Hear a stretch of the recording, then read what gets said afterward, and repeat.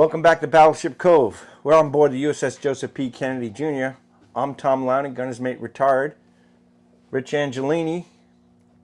And Rich Angelini is the curator for the Destroyer Kennedy, and his father was also one of the original crew members here from back in the 70s when she was decommissioned. So he has a family tie with this, and he also does a great job of getting this ship back on track. And inside the history, we want to give you a quick little brief on the machine shop. And Rich will be able to give you some in-depth as well. Thanks, Tom. Tom, you did a great job briefing everybody on the Battleship's machine shop, which is about 100 times the size of a Gearing-class destroyer's machine shop. Oof. This machine shop was built, and it looks pretty much the way it did, out of Quincy, Massachusetts in 1945, updated slightly for the Fram period during the Cuban Missile Crisis and Vietnam War when they upgraded these destroyers to meet the Soviet threat. These ships were built with a machine shop, very small, major lathe, World War II installation. They had a drill press, they had a bench grinder, vices, various tools, and they had a fuse tester on the side here. What Kennedy's undergoing is a major, well, I'll call it a minor shipyard availability, Tom, because she's going through a major overhaul underneath her main deck, first platform. We're going through every compartment like we've seen in some other videos.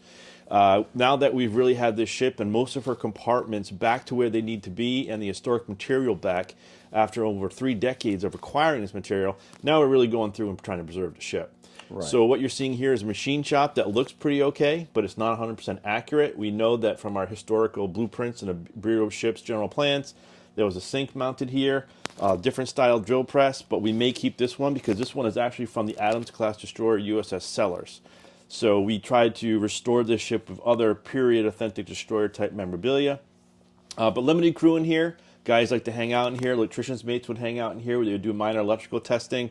When you're at sea on a destroyer, sometimes you had to do some of your own machining. You may not be able to get back to Japan or the States or meet up with a destroyer tender. So you have to try and machine some of your own things, you know, piping, any kind of a thing. Welding and that kind of work was done aft in the ship fitters and carpenter shop, but the machine shop, the guys would try to make anything here at sea that they could to help their ship maintain. Right. You would do it for any department. It just wouldn't be the machinist. Gunner's mates would come to you, the boiler technicians, the electronic guys. The ship has to self-repair itself. So you have to think as a crew and work as a crew. So it's their shop, but they do so much more. And you'd be surprised that it was one of the World War II learning phases was to have that ability. And other ships would tend to others as well. A destroyer could end up helping out riverboats during Vietnam. It all depended. You worked and dealed, the Navy took care of itself. So a lot of ships did that.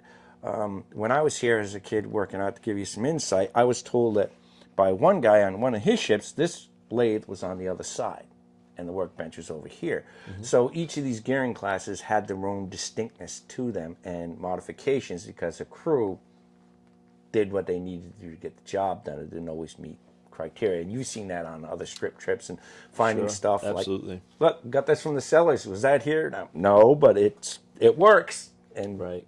And until we find, and right now we're starting to get those color photographs in. Kodachrome was a great thing with slides back in the 60s and 70s.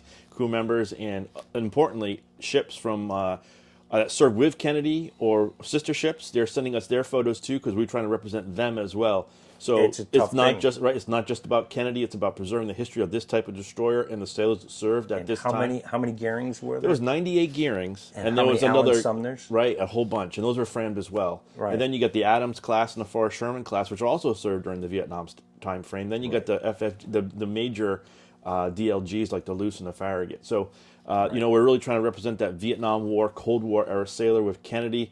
That's why we're really running everything down. As you might have said, and I know you said on the Battleship, Kennedy's really dusty right now, a little rusty, paint's peeling. It's because we're concentrating, we're ripping stuff out. We're actually spending tens of thousands of dollars to make her look worse right now, to repair her, so she lasts a heck of a lot longer. Right, it's post-availability or pre-availability, getting just like guys in the Navy. You remember you had to get ready for the yards to get things done, and things went to pot. It got worse before it got better.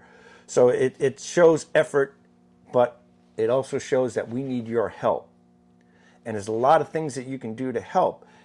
Especially former crew members and their family. You may have pictures and stuff that we may need. So if you want to look into that, help out, or if you have something from the ship that you want to get rid of, give us a call, ask us. Just don't send it, but ask us, and it could be something very important, from a ship's plaque to a machine shop bench. These are the small things that help, but helping here is an important key. You need to like, share, and subscribe here. That gives us the numbers and the time, the availability to show and that we can continue this effort. And if you want to volunteer, if you're a former crew members and you have information that can help, welcome to have it. You can get in contact with us through the website and via emails, or if you want to volunteer and you have the skills that needed to take care of these things. And as you see in other videos as we go, we're trying to get the history to you, because these are your ships and your history in the American Navy. Thank you, Rich, for your time. Thank you, Tom. Thanks for letting Kennedy be on a video. Always here to help. We're all part of the same fleet. Yeah, absolutely. I'm Tom Lowney. Rich Angelini, thanks for coming. Thanks. See you next time.